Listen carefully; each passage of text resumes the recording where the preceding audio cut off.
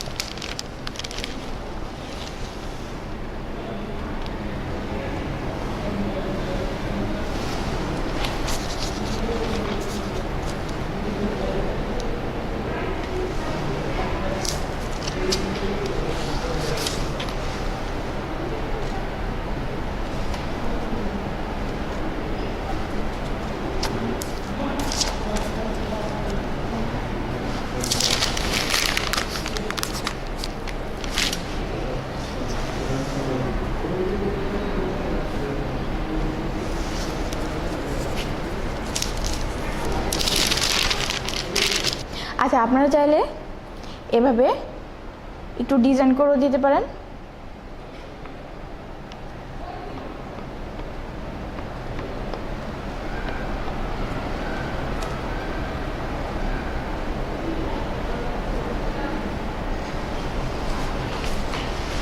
আবার একটু চাইলে উপরে হালকা ভাবে এগ ব্রাশ করে দিতে পারেন।